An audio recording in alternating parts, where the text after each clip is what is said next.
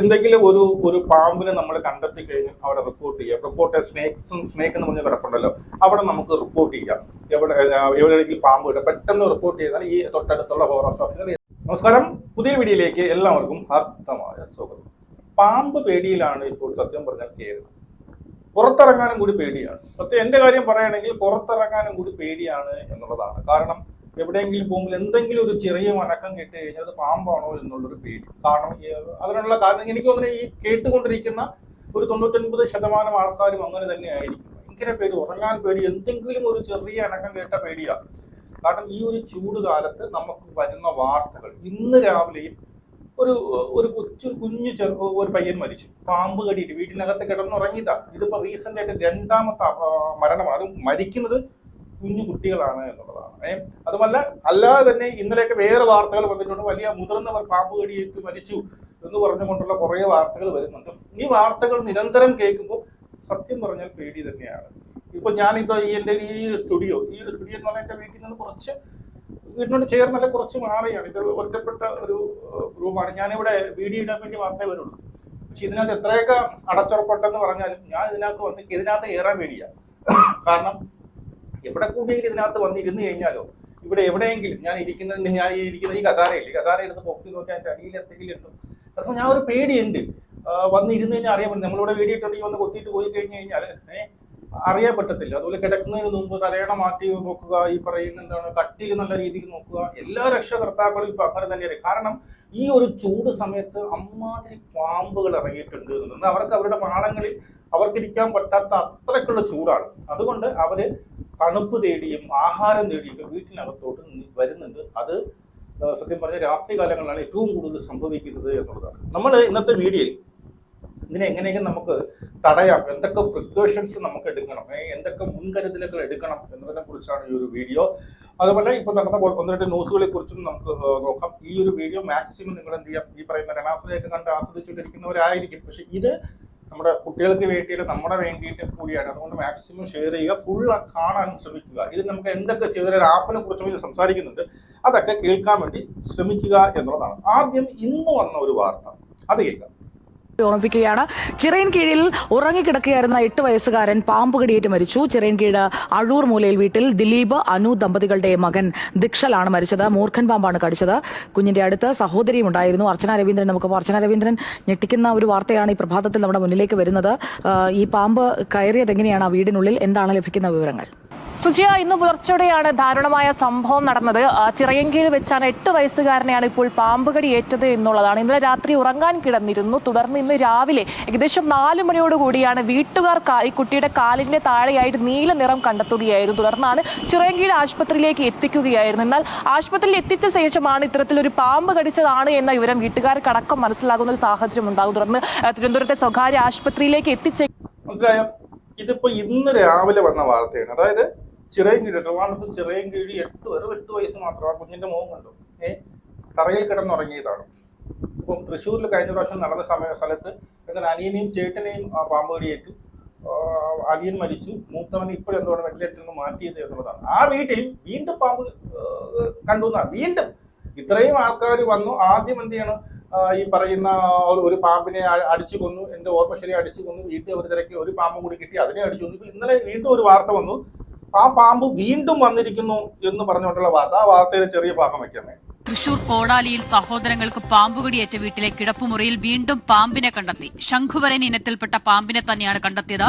പാമ്പിനെ തല്ലിക്കൊല്ലുകയായിരുന്നു. ശ്രീജിത്ത് ശ്രീകുമാരൻ തൃശൂരിൽ നിന്നും ചേരുകയാണ്. ശ്രീജിത്ത്, ഗുരുതര പരിക്കേറ്റ കുഞ്ഞിനെ ഇന്നാണ് വെന്റിലേറ്ററിൽ നിന്നും മാറ്റിയത്. ആ ദിവസം തന്നെ വീണ്ടും അതേ കിടപ്പുമുറിയിൽ ഒരു പാമ്പിനെ കൂടി കണ്ടെത്തി എന്നുള്ള വാർത്ത അത് ആശങ്കാജനകമാണ്. തീർച്ചയായും അസിത, അതൊരു ആശങ്കാജനകമായ വാർത്ത തന്നെയാണ്. വീണ്ടും കോടാലി വെള്ളിക്കുളങ്ങരയിലെ ആ വീട്ടിൽ നിന്ന് പുറത്തു വരുന്നത്. എന്തായാലും ഈ പറയുന്ന സിൽജോ അതുപോലെ തന്നെ ജോൺസി ദമ്പതികളുടെ മകൻ ആൽജോ ആയിരുന്നു പാമ്പ് കടിയിട്ട് മരിച്ചത്. ഗുരുതരമായി പരിക്കേറ്റ ഈ ആൽജോയുടെ സഹോദരൻ അനോഷ് 10 വയസ്സുകാരൻ ഇന്നാണ് വെന്റിലേറ്ററിൽ നിന്ന് ആ കുട്ടിയെ മാറ്റിയത്. കുട്ടി ജീവിതത്തിലേക്ക് തിരിച്ചു വരുന്ന ഒരു സാഹചര്യത്തിലാണ് വീണ്ടും ആ വീട്ടിനുള്ളിൽ തന്നെ പാമ്പിനെ കണ്ടെത്തിയത്. വീട്ടുകാർ തന്നെയാണ് പാമ്പിനെ വീടിനുള്ളിൽ ഉണ്ട് എന്ന് അറിയിച്ചത്. ശേഷം നാട്ടുകാരും വീട്ടുകാരും ചേർന്ന് മനസ്സിലായോ, വീണ്ടും അതിനകത്ത് വീണ്ടും പാമ്പ് എവിടെ കയറി ഒളിച്ചിരിക്കുന്നു എന്നൊന്നും എനിക്ക് അറിയത്തില്ല. അപ്പൊ അതിനകത്ത് ഈ വീടിനകത്ത് ഇനിയും പാമ്പുകൾ കാണുമെന്ന് എന്നുള്ളതാണ്. വേറെ എവിടെ ഇവരൊക്കെ ഇത്രയും വന്ന ഈ വനപാലകർ മൊത്തം വന്ന് ഈ അവിടെ അരിച്ചു പുറക്കിയതിന് ശേഷമാണ് ആ പാമ്പിനെ അടിച്ചു വന്നത്. അതിനുശേഷം ഇപ്പൊ എന്താ വീണ്ടും ആ മൂത്ത കൊച്ച് ഏതാണ്ട് റെഡിയായി വരുന്നു. ആ കൊച്ചിനെ കൊണ്ട് വരാൻ വേണ്ടി വീട്ടിലോട്ട് വരാൻ വേണ്ടി വീണ്ടും ആ വീടിനകത്ത് പാമ്പ് എന്നുള്ളതാണ്. അതുകൊണ്ട് തന്നെ നിങ്ങൾ എല്ലാവരും ശ്രദ്ധിക്കണം. അതിന് ഈ പറയുന്ന വാവാ സുരേഷ് കുറെ കാര്യങ്ങൾ എന്തൊക്കെ ചെയ്യണം എന്നതിനെ കുറിച്ച് പറഞ്ഞിട്ടുണ്ട്. അത് ഞാൻ പിന്നെ വെക്കും. അതിനു മുമ്പേ ഞാൻ ഇവിടെ ഒരു ആപ്പിനെ കുറിച്ച് വെക്കാം. നമ്മുടെ വീട്ടിൽ പാമ്പ് വന്നു കഴിഞ്ഞാൽ നമുക്ക് എന്തൊക്കെ ചെയ്യാം, എന്തൊക്കെ പ്രിക്കോഷൻ എടുക്കാം എന്നുള്ളതിനെ കുറിച്ചുള്ള ഒരു അവയർനെസ് ആണ്. ഈ പറയുന്ന ഈ കിടക്കുന്ന ഒരു ആപ്പ്, ഇത് നമ്മുടെ ഫോറസ്റ്റ് ഡിപ്പാർട്ട്മെന്റിന്റെ തന്നെ ഒരു ആപ്പാണ്. സർപ്പ എന്നാണ് ഈ ആപ്പിന്റെ പേര് എന്നുള്ളത്. മനസ്സിലായോ? ഇത് നമുക്ക് പ്ലേ സ്റ്റോറിൽ നിന്ന് ഡൗൺലോഡ് ചെയ്യാൻ പറ്റും. നിങ്ങൾ എല്ലാവരും ഈ ഒരു ആപ്പ് ഡൗൺലോഡ് ചെയ്ത് വെക്കുക എന്നുള്ളതാണ് എനിക്ക് പറയാനുള്ളത്. ഇതിനകത്ത് എന്തെങ്കിലും ഒരു പാമ്പിനെ നമ്മൾ കണ്ടെത്തി കഴിഞ്ഞാൽ അവിടെ റിപ്പോർട്ട് ചെയ്യാം. സ്നേക്ക് എന്ന് പറഞ്ഞ കിടപ്പുണ്ടല്ലോ, അവിടെ നമുക്ക് റിപ്പോർട്ട് ചെയ്യാം. എവിടെയെങ്കിലും പാമ്പ് കിട്ടും പെട്ടെന്ന് റിപ്പോർട്ട് ചെയ്താൽ ഈ തൊട്ടടുത്തുള്ള ഫോറസ്റ്റ് ഓഫീസർ എത്രയും പെട്ടെന്ന് നമ്മുടെ വീട്ടിൽ വരികയും ഈ പാമ്പിനെ അവർ റെസ്ക്യൂ ചെയ്ത് കൊണ്ടുപോവുകയൊക്കെ ചെയ്യും. പിന്നെ റിപ്പോർട്ട് സ്നേക്ക് ബൈറ്റ്, ഏതെങ്കിലും പാമ്പ് കടി ഏറ്റാൽ എന്ത് ചെയ്യാൻ പറ്റും, നമുക്ക് പെട്ടെന്ന് റിപ്പോർട്ട് ചെയ്യാം. അത് അപ്പം തന്നെ അവർ ഓടി വന്ന് നമുക്കുള്ള ചികിത്സകൾ നമുക്ക് അവൈലബിൾ ആക്കും. സ്നേക്ക് ഐഡന്റിഫിക്കേഷൻ, ഇപ്പൊ നമ്മളൊരു പാമ്പിനെ കണ്ടു എവിടെയെങ്കിലും കണ്ടു, അതിനെ വേണമെങ്കിൽ നമുക്ക് ഫോട്ടോ എടുത്തുകൊണ്ട് ഈ ഒരു ഇതിൽ ക്ലിക്ക് ചെയ്തതിന് ഫോട്ടോ അയച്ചു കൊടുത്ത് അവർ ഐഡന്റിഫൈ ചെയ്ത് തരും. ഇത് ഏത് തരം പാമ്പാണ്, എത്ര വിഷമുള്ള പാമ്പാണ് എന്നൊക്കെ അവരത് ഐഡന്റിഫൈ ചെയ്ത് തരും എന്നുള്ളതാണ്. പിന്നീട് ഹോസ്പിറ്റൽ ലിസ്റ്റ്, ഇതാണ് താഴെ ഉണ്ട്. റിസോഴ്സസ് ഹോസ്പിറ്റൽ ലിസ്റ്റ് ഉണ്ട്, എന്തൊക്കെ റിസോഴ്സസ് ഉണ്ട്. പിന്നെ ഹോസ്പിറ്റൽ തൊട്ടടുത്ത് നമ്മുടെ ഈ പറയുന്ന നമ്മളിരിക്കുന്ന ആ ഒരു ഏരിയക്കടുത്ത് എവിടെയൊക്കെ ഈ പറയുന്ന ഹോസ്പിറ്റലുണ്ട്, ഇതിന്റെ മരുന്നുള്ള ഹോസ്പിറ്റൽ ഉണ്ട് എന്നുള്ളത്. ഫസ്റ്റ് എയ്ഡ് എന്തൊക്കെ കൊടുക്കണം, പിന്നീട് ഐഡന്റിഫിക്കേഷൻ, ഈ പാമ്പിന്റെ ഐഡന്റിഫിക്കേഷൻ, നിങ്ങൾ എത്ര കിലോമീറ്റർ, അപ്പൊ അങ്ങനെയുള്ള കുറെ കാര്യങ്ങൾ ഈ ആപ്പിൽ പറയുന്നുണ്ട് എന്നുള്ളതാണ്. അങ്ങനെയുള്ള കുറെ കാര്യങ്ങൾ ഈ ആപ്പിൽ പറയുന്നുണ്ട്. അതുകൊണ്ട് തന്നെ പ്ലേ സ്റ്റോറിൽ പോയി നിങ്ങളിത് നിങ്ങളുടെ ഫോൺ നമ്പർ കൊടുത്ത് എന്ത് ചെയ്യാം, പിന്നെ ഡൗൺലോഡ് ചെയ്ത് വെക്കുക. ഡൗൺലോഡ് ചെയ്ത് എന്തായാലും നമുക്ക് ഉപകാരപ്പെടും. അപ്പം കിടന്നുകൊണ്ട് ഈ പറയുന്ന നമുക്ക് പെട്ടെന്ന് പേര് അറിയാവുന്ന വാവാ സുരേഷ്, അവരെയൊക്കെ നമ്പർ എല്ലാവരെയൊക്കെ കാണും. പക്ഷെ വിളിച്ചാലൊന്നും അവർക്ക് ഇത്രയും തിരക്കും കാര്യങ്ങളൊക്കെ ആയിട്ട് വരാൻ പറ്റത്തില്ല. അപ്പൊ ഈ ഒരു ആപ്പ് നമ്മൾ ഡൗൺലോഡ് ചെയ്ത് വെച്ച് കഴിഞ്ഞാൽ, കാരണം ഈ ഒരു ചൂട് സമയത്ത് നമ്മുടെ പരിസരങ്ങളിലൊക്കെ ഈ സാധനം വരാനുള്ള ചാൻസസ് വളരെ കൂടുതലാണ് എന്നുള്ളതാണ്. അതുമല്ല ഇനി അതുകൊണ്ട് തന്നെ നിങ്ങൾ ഇത് ഡൗൺലോഡ് ചെയ്ത് വെച്ചിട്ട് എന്തെങ്കിലുമൊക്കെ വരണമെങ്കിൽ ചെന്ന് നമ്മൾ സ്വന്തമായിട്ട് പോയി അടിച്ചു കൊല്ലോട്ടോ പിടിച്ചു വാങ്ങാനൊന്നും പോവാതെ എന്ത് ചെയ്യുക, മര്യാദയ്ക്ക് ഈ പറയുന്ന ഫോറസ്റ്റ് ഡിപ്പാർട്ട്മെന്റിനെ അയക്കുക എന്നുള്ളതാണ്. അടുത്ത ഇനി വാവാ സുരേഷ് പറയുന്ന കുറച്ച് പ്രിക്കോഷൻസ്, അത് നിങ്ങൾ കൃത്യമായിട്ട് കേട്ടിരിക്കണം. അത് ഞാനിവിടെ വെക്കാം. അപ്പോൾ നമ്മൾ എന്തായാലും നമ്മൾ ശ്രദ്ധിക്കേണ്ട, വീടും പരിസരവും പരമാവധി വൃത്തിയായി സൂക്ഷിക്കുക. ഇപ്പം നിങ്ങൾ പറ്റുമെങ്കിൽ നിങ്ങൾ ഈ എന്താ പറയുക, നമ്മുടെ ഈ പക്ഷികൾക്ക് വെള്ളം വെക്കുന്നത് നിർബന്ധമായിട്ട് ഒഴിവാക്കുക. താമര വളർത്തുന്ന ആൾക്കാർ ചെറിയ ചരുവത്തിലും ബക്കറ്റിലും ഒക്കെ താമര വെക്കുന്ന ഒരു വിനോദമുണ്ട് വീട്ടിന്റെ മുറ്റത്ത്. അത് നിർബന്ധമായിട്ട് ഹൈറ്റ് ചെയ്ത് ഒരു 5 അടിയെങ്കിലും ഹൈറ്റ് ചെയ്ത് വല്ല സ്റ്റാൻഡിൽ വെക്കാൻ ശ്രമിക്കണം. അതുപോലെ ഫിഷ് ടാങ്കുകൾ, പല സ്ഥലത്തും ഫിഷ് ടാങ്കുകൾ തറയിൽ കുഴിയുണ്ടാക്കിയിട്ട് തറയുടെ മട്ടമാണ് ചില സ്ഥലത്ത് ഫിഷ് ടാങ്ക് വെച്ചിരിക്കുന്നത്. അത് വെള്ളം കിടക്കുന്നതുകൊണ്ട് പാമ്പുകൾക്ക് വെള്ളം ചൂട് കൂടുമ്പോൾ അനിവാര്യമാണ്. അപ്പോൾ ഇവയൊക്കെ ഇവിടെ വരാൻ സാധ്യത കൂടുതലാണ്.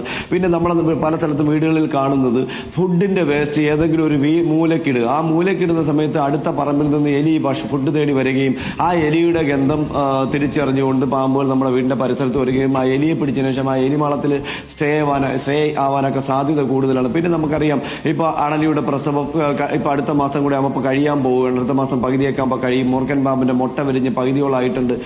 ഈ മാസം ലാസ്റ്റ്, അടുത്ത മാസം ആകുമ്പോൾ അത് കഴിയും. അപ്പൊ അതിൽ നിന്നുണ്ടാവുന്ന കുഞ്ഞുങ്ങൾ, ഇപ്പൊ ഞാൻ ഈ കഴിഞ്ഞ ദിവസം നമ്മുടെ ഒരു അഡ്വക്കേറ്റ് പഴയ കോൺഗ്രസിന്റെ മോഹൻകുമാർ സാറിന്റെ വീട്ടിൽ നിന്ന് 17 മൂർഖൻ പാമ്പിന്റെ കുഞ്ഞുങ്ങളെ ഞാൻ 2-3 ദിവസങ്ങൾക്ക് മുന്നേ എടുത്തിട്ടുണ്ടായിരുന്നു. ഇപ്പൊ അയാളുടെ ഒരു വീട്ടില് ബാത്റൂമിനകത്തുനിന്ന് അതായത് നമ്മുടെ വാഷ് ബേസിനകത്തൂടെ കയറി അതൊരു പ്രധാനപ്പെട്ട ഇടമാണല്ലോ.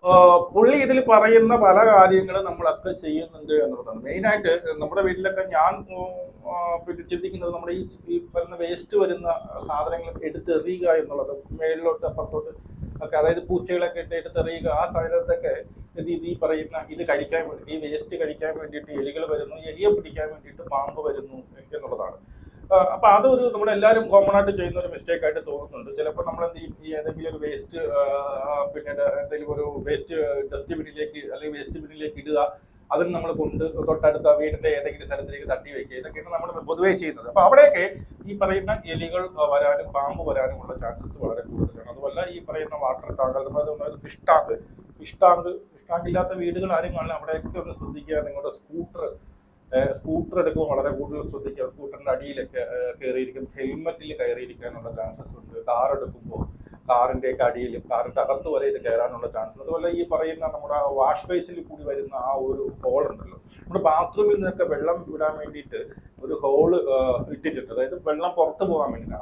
അതുവഴിയാണ് മിക്കവാറും ഇതിനകത്ത് കയറുന്നത് എന്നുള്ളത്. അതിനകത്ത് കയറി ചില മിക്കവാറും വാഷ് ബേസിനകത്ത് നമ്മുടെ ഈ പറയുന്ന കുളിമുറിയുടെ വാഷ് ബേസിന്റെ ആ ഹോളുള്ള ഒരു അലുമിനിയം ഒരു സ്റ്റീല് അതിങ്ങനെ അടച്ചിട്ട് മിക്കയെടുത്ത് വന്ന് ഇളകിയായിരിക്കും കിടക്കുന്നത്. അത് ഇളകി കിടക്കുകയാണെങ്കിൽ സിമന്റ് ഇട്ട് പൂശി റെഡിയാക്കുക എന്നുള്ളതാണ്. അതിൽ ചെറിയൊരു ഓട്ടേ ഉള്ളൂ. അത് ഇളകി കിടക്കുകയാണെങ്കിൽ പാമ്പ് വന്ന് ഇങ്ങനെ തട്ടുമ്പോൾ ഇത് തുറക്കും, ഇത് നേരെ ബാത്റൂമിലോട്ട് കയറും. അതുപോലെ തന്നെയാണ് നമ്മുടെ വാഷ് ബേസിൽ നിന്ന് പുറത്തേക്ക് വരുന്ന ആ ഒരു സാധനം, അതുവഴിയൊക്കെ ഇതിനകത്തോട്ട് വരുന്നത്. അതുപോലെ എ സി ഉള്ള വീട്ടിലൊരു തണുപ്പാണ്, എ സിക്ക് അകത്തൂടിയൊക്കെ വരാൻ നിങ്ങളെ പേടിപ്പിക്കുന്ന സത്യം. എനിക്ക് പേടിയാണ്. ഞാൻ കിടക്കുമ്പോൾ എ സിയിൽ ഇങ്ങനെ കുറേ നേരം നോക്കും, ഇതിനകത്തൂടെ എന്തെങ്കിലും ഇറങ്ങി വരുന്നു. കാരണം അത്രയ്ക്ക് പേടിയുണ്ട്. നമ്മളെ മാത്രമല്ല, നമ്മുടെ കുട്ടികളുണ്ട്.